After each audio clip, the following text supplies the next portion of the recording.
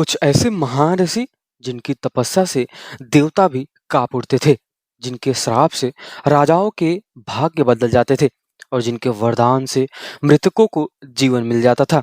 ये केवल ज्ञानी ही नहीं थे, बल्कि ये ब्रह्मांड की शक्तियों को नियंत्रित करने वाले दिव्य ऊर्जा के स्रोत थे। कुछ ऐसे ऋषि तो स्वयं भगवान के अंशावतार बनकर पृथ्वी पर आए, ताकि धर्म की रक्षा हो और अधर्म का विनाश कर सके। तो चलिए फिर आज के इस वीडियो की शुरुआत करते हैं और आज हम आपको बताएंगे कुछ ऐसे ही 12 सबसे अधिक और रहस्यमयी ऋषियों के बारे में।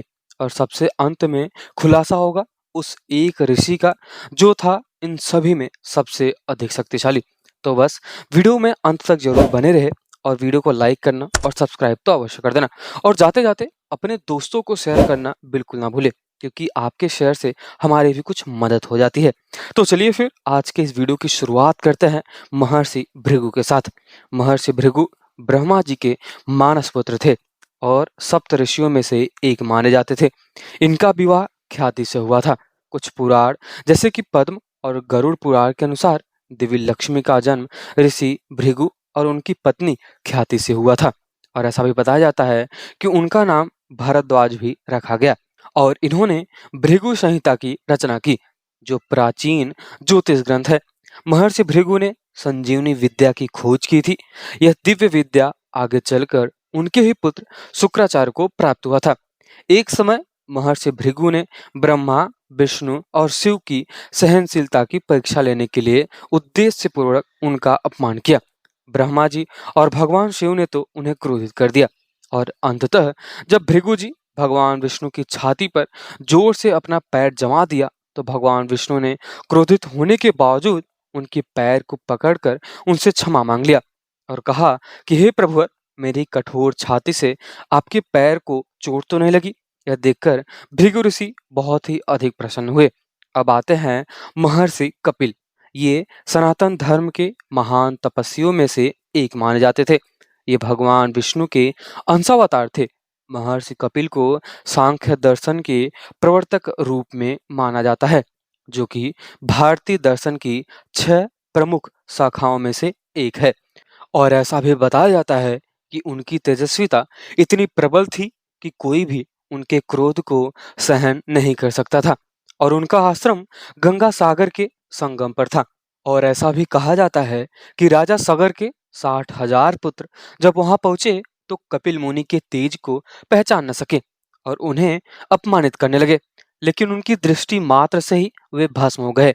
और बाद में राजा भगीरथ की तपस्या से माँ गंगा को पृथ्वी पर लाया गया ताकि उन आत्माओं को मोक्ष मिल सके। अब आता है देवगुरु बृहस्पति।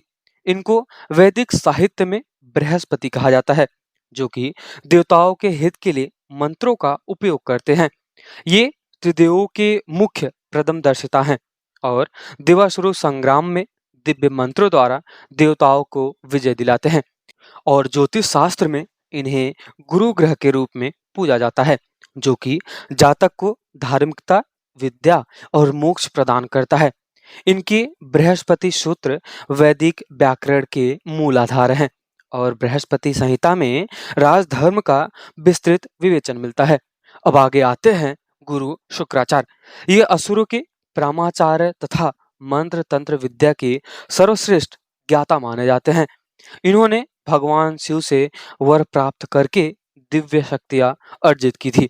इन्हें मृत संजीवनी विद्या का भी ज्ञान था, जिससे ये मारे गए असुरों को पुनः जीवित कर लेते थे, जिसके कारण देवासुर संग्राम में देवताओं को बार बार पराजय का सामना करना पड़ा। गुरु शुक्राचार्य द्वारा प्रणीत शुक्र नैति सार राजनीति शास्त्र का एक प्राचीन तम ग्रंथ है। ज्योतिष शास्त्र में इन्हें शुक्र ग्रह का अधिपति माना गया है। और अगले नंबर पे आते हैं अगस्त्य महर्षि। अगस्त वैदिक युग के महान सप्तर्षियों में से एक हैं और वशिष्ठ मुनि के ज्येष्ठ भ्राता। और एक ऐसा समय भी था जब समुद्र में रहने वाले राक्षसों के अत्याचार से देवतागण अत्यंत भयभीत हो गए थे। तो फिर देवताओं की करुणा पुकार सुनकर महर्षि अगस्त ने संपूर्ण समुद्र को पी लिया था, जिससे सभी दुष्ट राक्षसों का विनाश हो गया और देवताओं को राक्षसों के अत्याचार से मुक्ति मिली। अब इनके बारे में कुछ ऐसा भी बताया जाता है कि एक बार विंध्याचल पर्वत ने अपनी ऊंचाई बढ़ाकर सूर्य के मार्ग को अवरुद्ध कर दिया, जिससे पृथ्वी पर अंधकार छा गया। और तब सूर्यदेव स्वयं महर्षि अगस्त्य की शरण में गए और अपनी व्यथा सुनाई।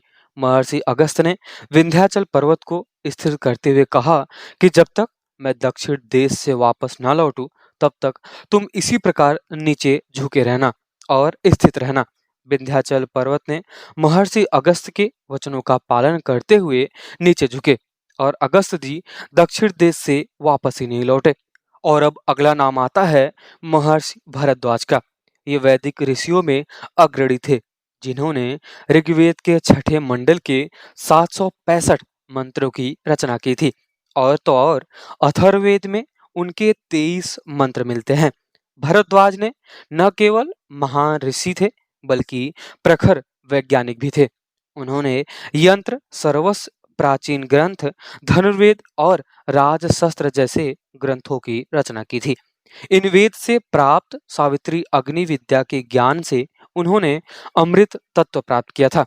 और तो और इनका योगदान आयुर्वेद में भी मिलता है। अब अगला नाम आता है महर्षि कश्यप का। महर्षि कश्यप ब्रह्मा जी के पौत्र और मरीचि के पुत्र थे, जिन्हें सृष्टि के प्रजापति के रूप में माना जाता है। इनकी सहस्त्र पत्नियां, जिनमें दक्ष प्रजापति की 13 पुत्रियां भी शामिल थी। उनसे देवता, असुर, नाग, मनुष्य और अन्य प्राणियों की उत्पत्ति हुई। और महर्षि कश्यप ने कश्यप संहिता, जो कि आयुर्वेद का प्रमुख ग्रंथ है, और शिवपुशास्त्र, वास्तुकला व मूर्तिकला का विज्ञान की रचना की थी। और उनका आश्रम नेरु पर्वत पर स्थित था, जहां पर वे परम ब्रह्म का ध्यान करते थे। और इसी प्रकार ये सृष्टि के आधार स्तंभ और विज्ञान व आध्यात्म के संयोजक माने जाते थे। और अब अगला नाम आता है महर्षि दुर्वासा। महर्षि दुर्वासा अत्रि और अनसुईया के पुत्र माने जाते हैं तथा भगवान शिव के रौद्र अंश थे। और इनका स्वभाव अत्यंत तेजस्वी और क्रोधी था। उनका क्रोध इतना प्रखर था कि उन्हें प्रसन्न करना देवताओं के लिए भी कठिन हो गया था। फिर भी वे अत्यंत दयालु और वरदानी थे। और उन्होंने ही माता कुंती को पुत्र प्राप्ति का मंत्र दिया था, जिससे महाभारत की घटनाओं का सूत्रपात हुआ। और उनके श्रापों ने कई लोगों का जीवन बदल दिया था, परंतु उनकी कृपा से असंख्य भक्तों को मोक्ष मिला और देवताओं और मनुष्यों में समान रूप से पूजनीय थे। अब अगला नाम आता है, वो है महर्षि कश्यप का।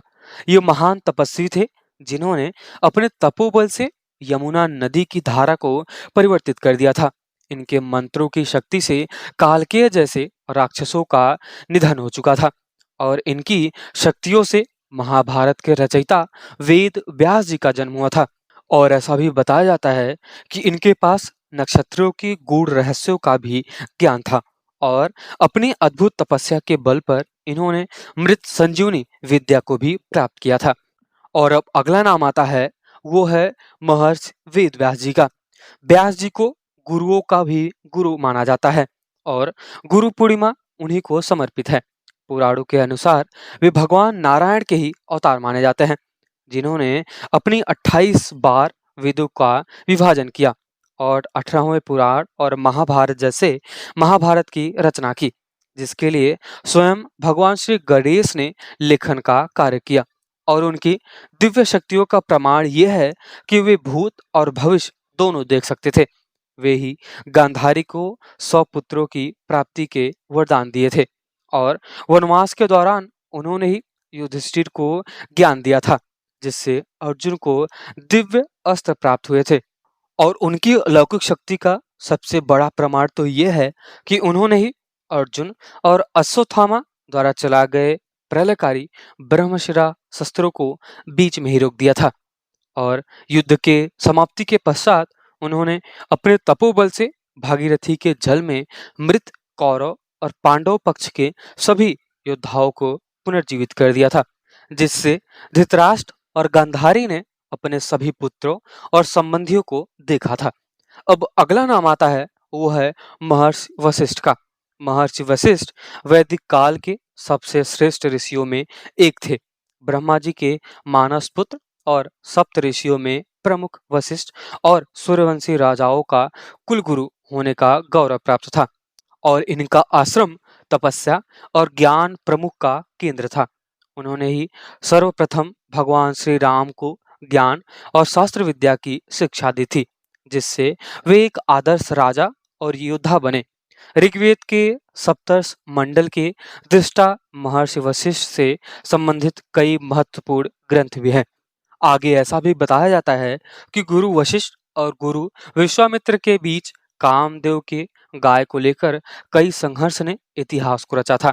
महर्षि विश्वामित्र ने अपनी पूरी शक्ति लगा दी थी, पर गुरु वशिष्ठ के तपोबल के आगे उन्हें हार माननी पड़ी और इन्हीं घटनाओं ने गुरु विश्वामित्र को ब्रह्म ऋषि बनने की प्रेरणा दी थी। अब अगला नाम आता है, वो है महर्षि विश्वामित्र। महर्षि विश्वामित्र का जन्म एक क्षत्रिय राजा के रूप में हुआ था, परंतु ऋषि वशिष्ठ से पराजित होने के बाद उन्होंने ब्रह्म ऋषि बनने का दृढ़ निश्चय किया। उन्होंने वर्षों तक कठोर तपस्या करके ब्रह्मा और भगवान शिव जी के सभी दिव्यास्त्रों का ज्ञान प्राप्त किया था। लेकिन जब उन्होंने गुरु वशिष्ठ से पुनः युद्ध किया, तब वशिष्ठ जी के ब्रह्म तेज के आगे उनके समस्त अस्त्र निष्फल हो गए और तब इन्होंने घोर तपस्या आरंभ कर दिया और इतना तेज अर्जित किया कि एक समांतर सृष्टि की रचना तक भी आरंभ कर दिया था, जिससे सभी देवता भयभीत हो उठे और अंत में ब्रह्मा जी द्वारा मान्यता प्राप्त करके वे ब्रह्म ऋषि कहलाए। गायत्री मंत्र के दृष्टा होने के कारण उन्हें वैदिक ऋषियों में सर्वोच्च स्थान प्राप्त किया और उनकी मानसिक दृष्टि इतनी प्रबल थी कि वे केवल विचार से ही नए वस्तुओं का निर्माण कर सकते थे और उन्होंने ही भगवान श्री राम को ब्रह्मांड में उपलब्ध लगभग सभी दिव्यास्त्रों का ज्ञान दिया था। निश्चित रूप से उनका बल और तेज अतुलनीय था। बोलो जय श्री राम। तो अगर आप सभी को आज का ये वीडियो पसंद आया हो तो वीडियो को लाइक जरूर करना और चैनल को सब्सक्राइब तो अवश्य कर देना और जाते जाते एक बार कमेंट सेक्शन में जय श्री राम जरूर लिखे और अपने दोस्तों को जरूर शेयर करें।